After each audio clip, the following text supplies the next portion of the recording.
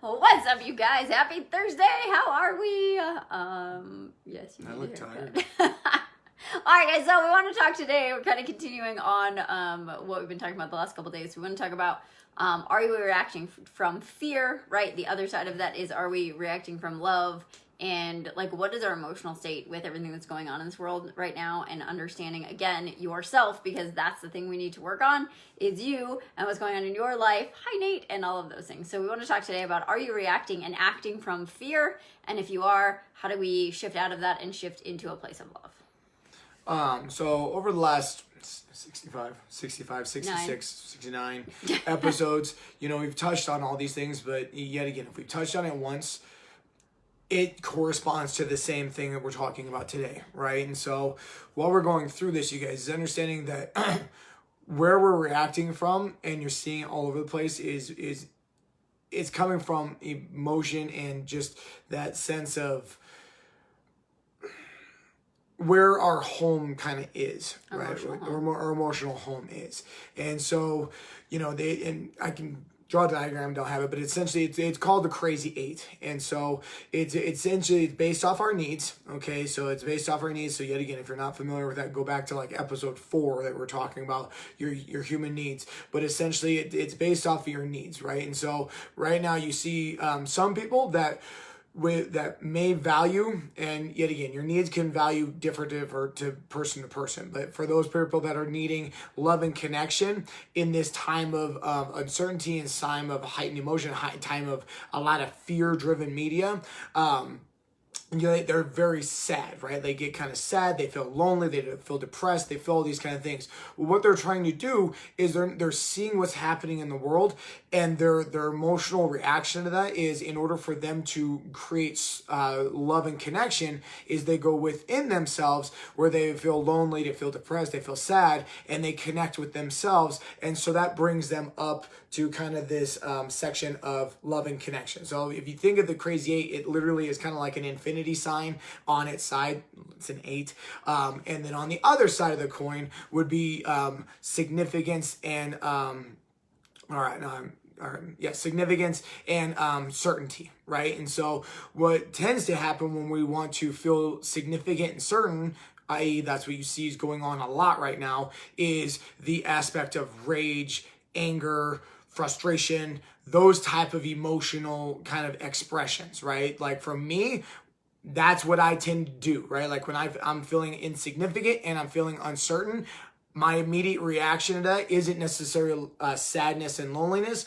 I go to rage, I go to anger. And what I tend to do is I verbalize that, right? Like I grew up in a household that was physical under those circumstances, but for me, I took that and I turned it into verbal, right? Like I've done that in my past, and by seeing that, I've been able to evolve and transfer that in a lot of ways. But on the sense, but on the sense of what I used to do was I was very verbal. I was very abusive with my words, right? Like in situations that had nothing to do with anything, is I would bring out all my demons and all the dark things that I had been stifling down, and I would start projecting them onto other people. And so that's where I would go to in that moment in time, because what I was really searching for was significance and certainty, right? Like for me, when I feel that stuff, when I lash out at somebody and I express my rage and anger, I feel pretty significant in that moment in time in that person's life, right? And same thing goes in time of uncertainty. By doing that same thing, I get pretty certain of what I'm feeling in that moment in time.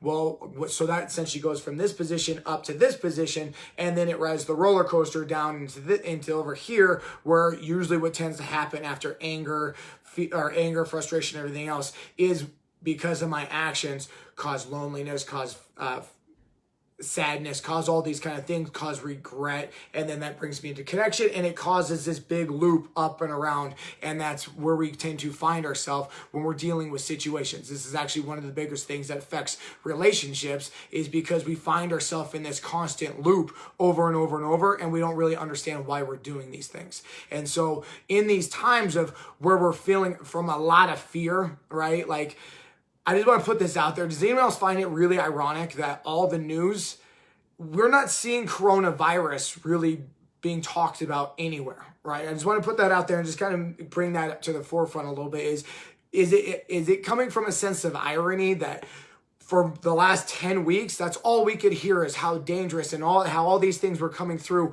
of we can't be around each other. We can't do these things. You need to stay in your house. You know, if you breathe the air that's coming through, there could be potential things happening.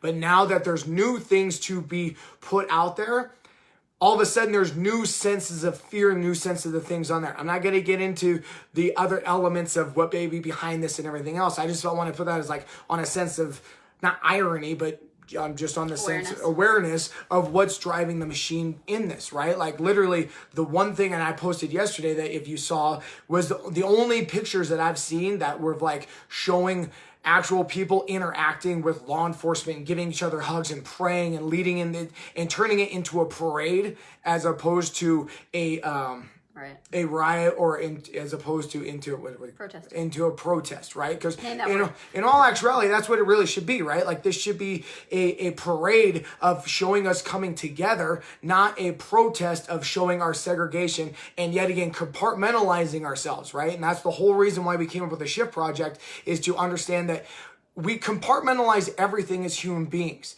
to make things simple for us to understand. But that, in my opinion, that's the entire basis of what is going on and what's wrong with this situation, is because we've done this for 400 years, not just in this instance, is we compartmentalize ourselves and we segregate ourselves naturally. And what we need to do is become from yet again a place of awareness and understand, where do I do that in my life? Right? Like that's, as coaches, that's what we've worked with all our athletes. Stop compartmentalizing your life, right? Like when you're trying to improve your health, your wellness, your relationships, you can't just focus on your nutrition. You can't just focus on your movement. You have to focus on, you have to bring your environment into play. You have to bring your relationships into play. You have to bring your overall awareness, your feelings, your emotional, your just overall sense of who you are into play. We can't just continue to operate from the aspect of fear, because that's what we see more times than not when you have clients come into us. If I need to lose 50 pounds by the time summer hits, otherwise I'm going to be the whale. Right? Like heard that 1,000 times, right? Like it's almost beach season. The pools are opening up now. I need to get in shape. I need to lose all this weight before I get judged so I can get love, right? And I know that's kind of, for most people, that doesn't really dig into the real actuality, what happens on these things, but this is being expressed in the same way. Right? Like you're seeing people lash out. You're seeing people do these things because that's their emotional home and that's where they're going to, and it's ending up in this loop. So what we need to do is stop going into this loop, and we need to expand and elevate ourselves with a different patterning and a different understanding.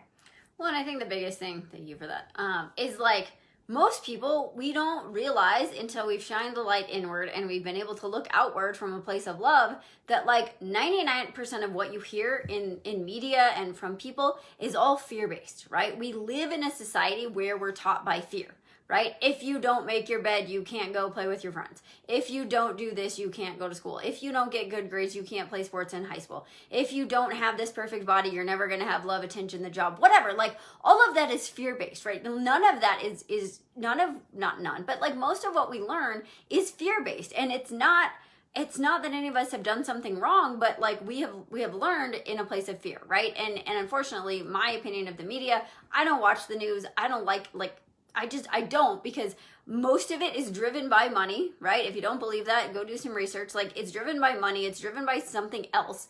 And so they're going to spin things the way you want to hear it, right? There's so many different sides of every story. And so what you have to do is go, am I reacting from fear, right? And I think so many people are like, I have to go do something about this. Okay, that's awesome.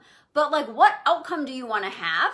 And are you reacting in a way that creates more fear and more separation and more of all that kind of stuff? Or are you going, okay, what actions can I take to get to this outcome, right? Because I feel like right now there's a lot of people reacting from fear and passion and wanting to help, and that's awesome.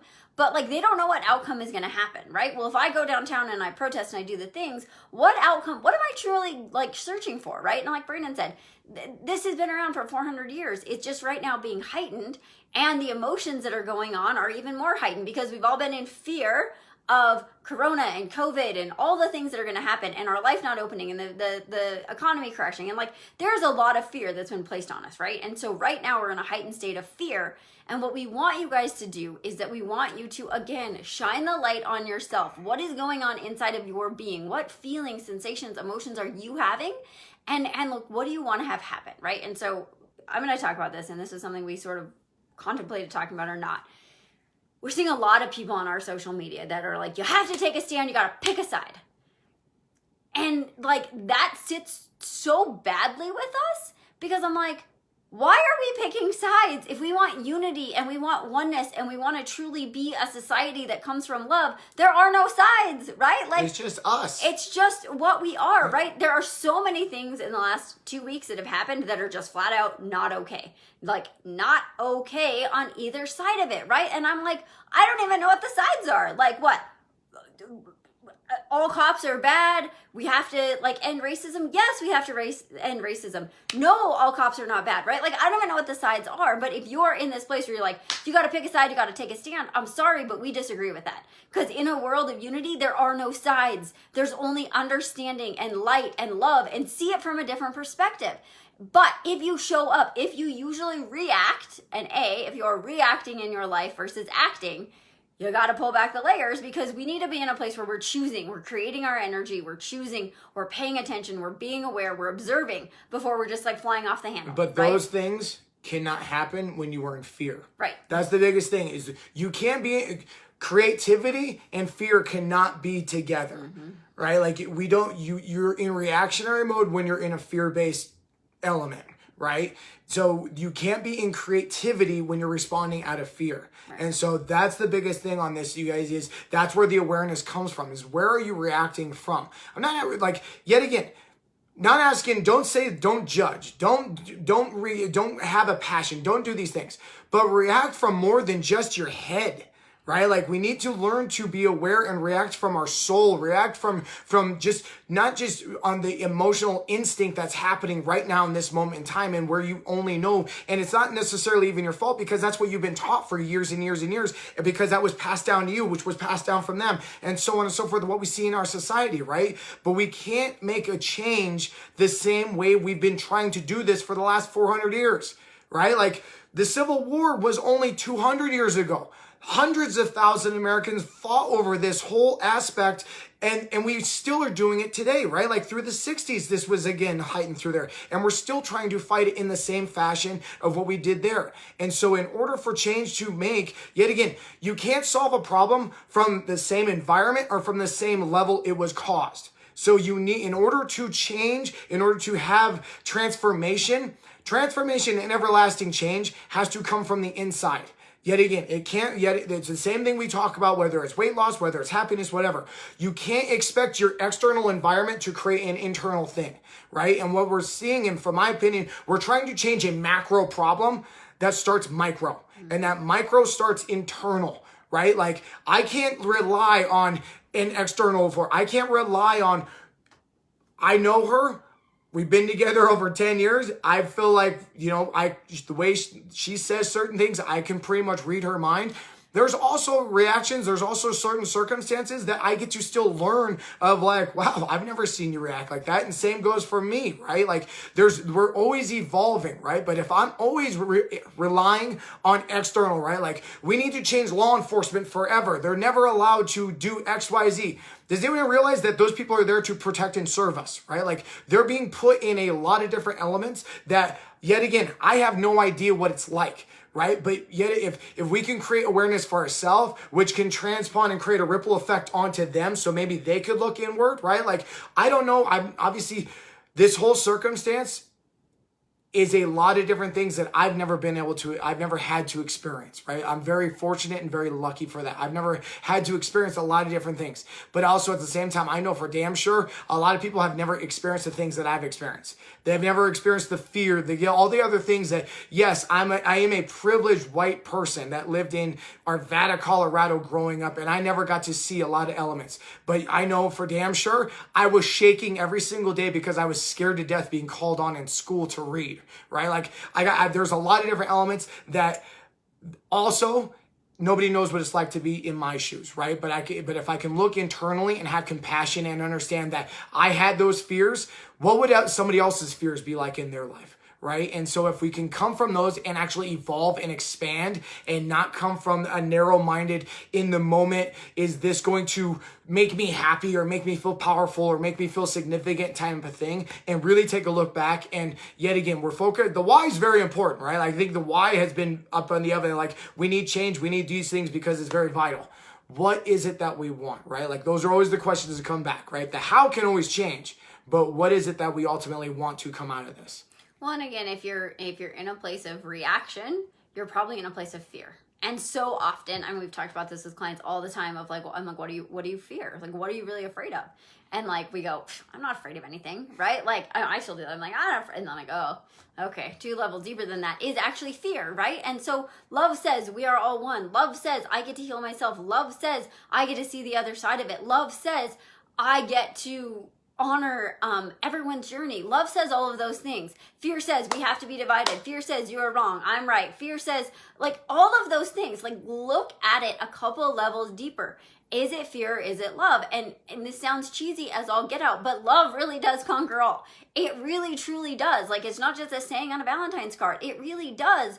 But love is an intention, love is a feeling, and love is a way that you show up in the world, right? And so if you want to see the world shift, you've got to dig in and figure out, are you loving yourself? If you're not, how do you do that? Are you truly loving the people around you? If not, how do you do that? Can you see the world from different perspectives? Take off your blinders, look at yourself, and once you look within, you're going to open up this whole world that you didn't even know was there. And you realize you didn't need anyone else from the outside to justify that. Right, and that fear doesn't ever get you anywhere, right? Like, fear does not, it doesn't matter what it is. If it's racism, it's trying to lose weight, it's changing your relationship with your spouse, it's being a better parent. It doesn't matter. All of the things are the same, right? Like Brandon said, life is not compartmentalized. All of the things work together. So if we can urge you to do anything, it's start to look inward. It's slow down, pay attention, stop getting so riled up in all of the things, and actually go, okay, if I was to breathe for a second, what would love feel like? How could I show up in my world right now, being more love, being more grace, and teaching the people around me how to do that? If you don't know how to do that, just reach out to us. We have a program, we created Shift for this reason, is that all we have to do is every day look a little bit deeper, start to shift our beliefs, start to shift the way we show up in the world. And if we all do that, 6 months from now, your whole life is going to be different, and so will the people around you. So just look inward. If you don't know what cognitive bias is, go back and watch yesterday's, because we all have it. And the more we can see our own and we can shine the light on our own cognitive bias, our own feelings, our own emotions, everything in life will get better, because we all start acting from love for ourselves and love for everybody else that's out there. So I just want to end on one thing, you guys. Yet again, to not compartmentalize everything. I know for myself, I'm going to speak for myself on there, is I've noted, and I think we've talked on this a little bit before, but when I'm in the mode of judgment, it's because yet again, something is within me that is causing problems.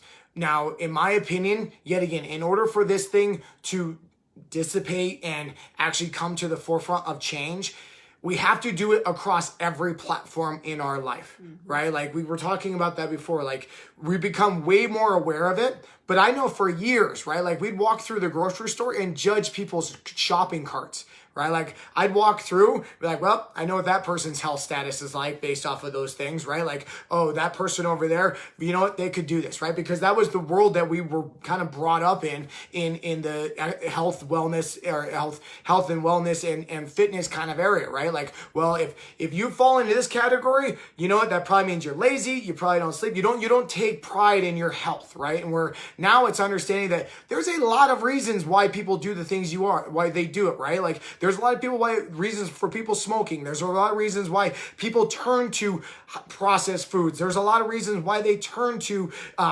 TV. There's a lot of reasons why they turn to drugs and alcohol, right? Like, there's way more underneath the surface that, yet again, until we look inward, we have no idea, because if we're functioning from the surface on our own end, and we can get ourselves several layers deeper into the onion, all of a sudden now it's like, wow, the reason why I do the things that I do, I could only imagine what's going on in that person's life to really affect them to have to do the things they're doing, right? So in my opinion on there, you guys, we can't just compartmentalize and just say we need to stop racism. We need to stop judgment. We need to stop any sort of prejudice, right? Like any sort of judgment on you're overweight. You know what? You're too thin. You're blonde. You're whatever. All these things we can't just like stop at one area. You have to stop it across the board. Otherwise, it's not going to transform. Right. And I mean, I'll go back to this one more time, and then we'll let you guys go. But what are you judging? You judge yourself every darn day. Every single client we talk to, like, oh, I'm my own worst enemy. Well, first you gotta stop judging yourself. You gotta do all the things you want to do outside. You have to stop judging yourself. You have to stop doing all of that internally, because when you do that, it will happen on the external. None of the external will come inside. You can't be like, well, I'm gonna stop judging that person. No, because what are you doing every day for yourself? What are you judging yourself on every day? We did a whole thing on judgment a couple weeks ago, but that's where it starts, right? Like we're not going to start anything outside of ourselves until we've done it on the inside, right? So, yeah. All right, we could go on and on about this, but we love you guys. We appreciate you guys, and we'll see you tomorrow. Take care.